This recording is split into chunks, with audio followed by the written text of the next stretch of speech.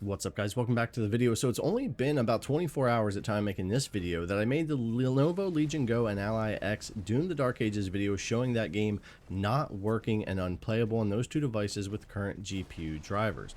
I showed the Legion Go and the Ally X crashing in the same spots of different missions, and you can check that video out if you want there and get a better idea. Unfortunately, the Lenovo Legion Go is still an issue until we get an update there, but Ally or Asus for the Ally X have pushed a new GPU driver update, bringing us up to 25.5.1, which is what we need for Doom. So that crashing, that hard crashing and issues we were having yesterday, well, looking at it now today with the new drivers, no problem in those same spots. And a matter of fact, a couple of hours in and out playing on the Allies, no crashing at all.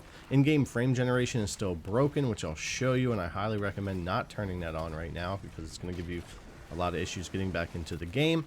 But to Asus's credit, this GPU driver update has really helped us out here. So taking a little bit of a closer look, I've only been able to find this in Armory Crate so far. I didn't see it pop up in my Asus. It's not on the support websites for me here yet in the US or anything like that. But in Armory Crate, .9024. Now, about a week ago, they put out .9000, which I updated to, but it had some issues and they pulled it.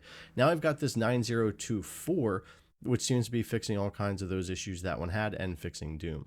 So I've gone ahead and downloaded and installed this through Armory Crate here. I did have to go ahead and just plug in right there. Once it's finished, we're going to do a restart now.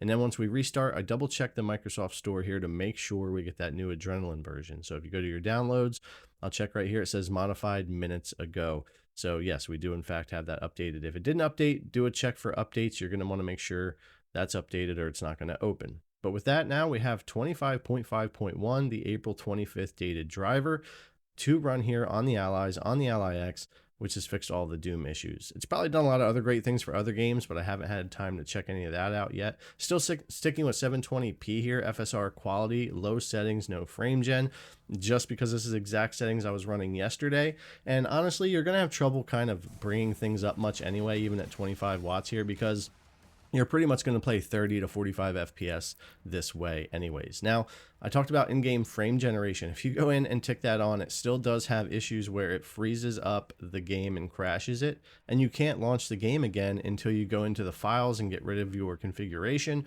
or like I do, jump over to my NVIDIA PC and load up the game and then close it, because the stupid settings are cloud synced and it changes per device. It'll carry them over, but it does help me fix this issue, because if you don't do something, you can't get back into the game. So don't turn on frame gen yet.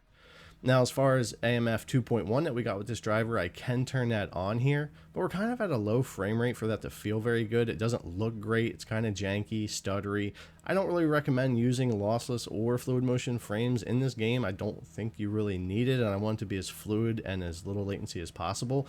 But you could do either one of those if you wanted to, but I'm going to opt to pretty much stay away from that and just keep kind of tweaking the settings around the game here without any fluid motion frames or anything. I'd like to see in-game frame gen start working, because in-game features are always better, way better than app features or external features, and we should always want to use those first. But anyways, yeah, no crashing. Going back to that same room here where I was showing yesterday and earlier in the video, we're able to continue on the same area with the mech or the first mission of the game. Anywhere I was having crashing issues, none of that is an issue anymore.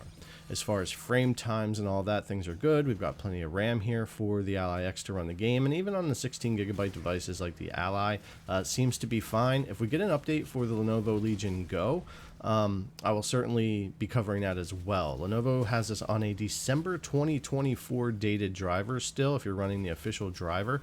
They updated that in like January or February, but yeah, it's still very far behind. So hopefully Lenovo will also push us something that gets us to a 25.5.1 sooner rather than later. And they also have their new devices coming out this month, so hopefully there's some attention going to be given there. But as far as the Ally devices, the Ally X, everything seems very playable here, much better than what we had, and I'm happy to see it. So anyways, guys, as always, thanks a lot for coming and check out the video. I really appreciate it, and I'll see you in the next one.